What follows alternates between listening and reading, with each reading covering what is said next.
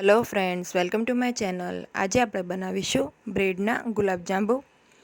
જો તમે મારી ચેનલ પર નવા હો તો મારી ચેનલને સબસ્ક્રાઈબ કરજો, જેથી આવનારી નવી વિડીયોની નોટિફિકેશન તમને સૌથી પહેલાં મળી શકે। તો ચાલો આપણે રેસીપી સ્ટાર્ટ કરીશું। તો સૌપ્રથમ આપણે આ રીતે એક વાસણમાં 1 કપ અને અડધો કપ એટલે કે 1.5 કપ જેટલી ખાંડ લઈશું। હવે જેટલી ખાંડ છે એટલું જ આપણે આમાં પાણી એડ કરવાનું છે। તો 1.5 કપ ખાંડની સાથે આપણે 1.5 કપ પાણી એડ કરીશું।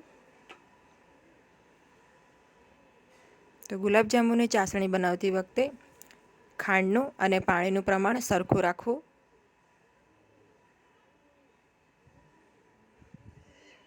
હવે આપણી ખાંડ સારી રીતે મેલ્ટ થઈ જાય ત્યાં સુધી આપણે મિક્સ કરી લઈશું। આ રીતે હલાવતા રહીશું।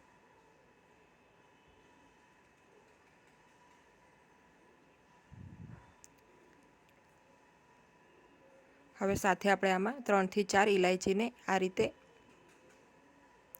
કૂટીને નાખી દઈશું।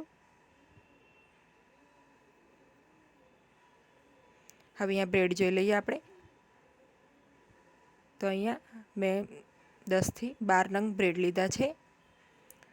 બ્રેડની જે કિનારી છે સાઈડની એ બધી કાઢી નાખવાની છે આપણે।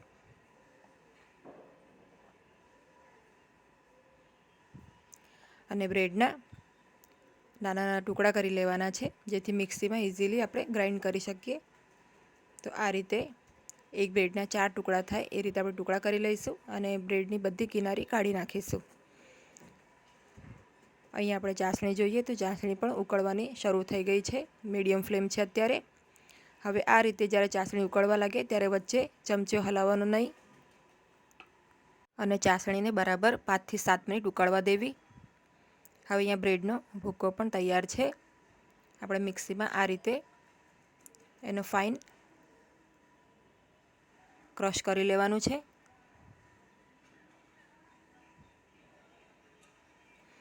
પાંચ થી 7 મિનિટ થઈ ગઈ છે, આપણી ચાસણી હવે રેડી છે। તો લાસ્ટ આપણે આમાં અડધા લીંબુનો રસ નાખી દઈશું, જેથી જે ખાંડ છે એમાં ક્રિસ્ટલ નહીં બને અને આપણી ચાસણી એકદમ સરસ ચોખ્ખી એકદમ ટ્રાન્સપરન્ટ રહેશે। તો હવે આપણે ઢાંકીને આને એક બાજુ સાઈડમાં મૂકી દઈશું। હવે અત્યારે જે બ્રેડનો ભૂક્કો છે એમાં આપણે 1 ટેબલ સ્પૂન જેટલી જે ઘરની ફ્રેશ ક્રીમ હોય છે એ નાખીશું।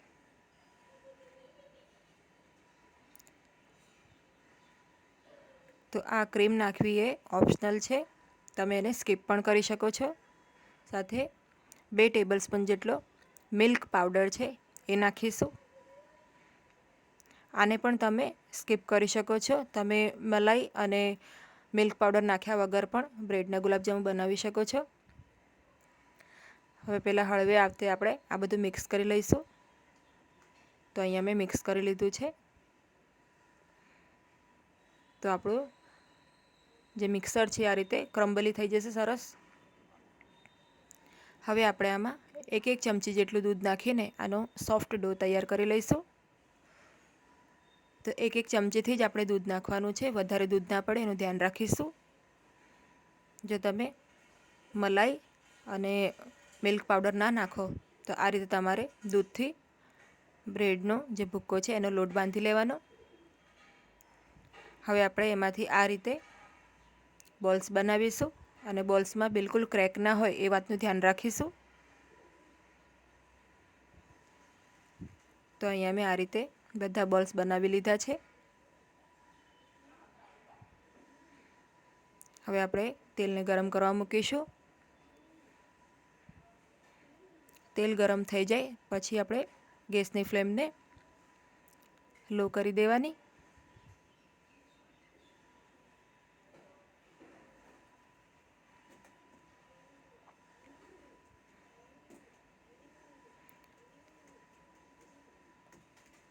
તો હવે આપણે તળવા માટે ગુલાબજાંબુને નાખી દઈશું।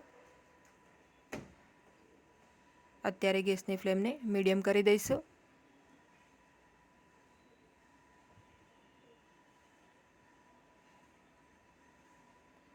અને એકદમ હળવા હાથે આપણે આને સ્ટર કરવાનું છે.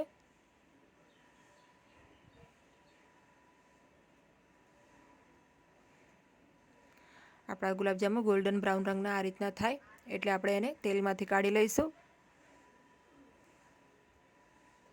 અને ડાયરેક્ટ આપણે આને ચાસણીમાં નાખવાનું છે. તો ચાસણી આપણી થોડી ગરમ હોવી જોઈએ.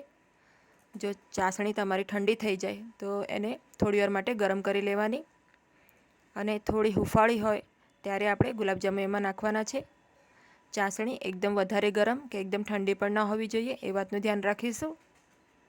હવે આને આપણે અડધાથી 1 કલાક માટે રાખીશું. તો રેડી છે આપણા એકદમ ટેસ્ટી એવા બ્રેડના ગુલાબજાંબુ. એકદમ ફટાફટ આ રેસીપી બની જાય છે. તો મારી આજની તમને આ રેસીપી ગમી હોય તો વિડીયોને લાઈક અને શેર કરજો અને મારી ચેનલને સબસ્ક્રાઈબ કરજો. Thanks for watching.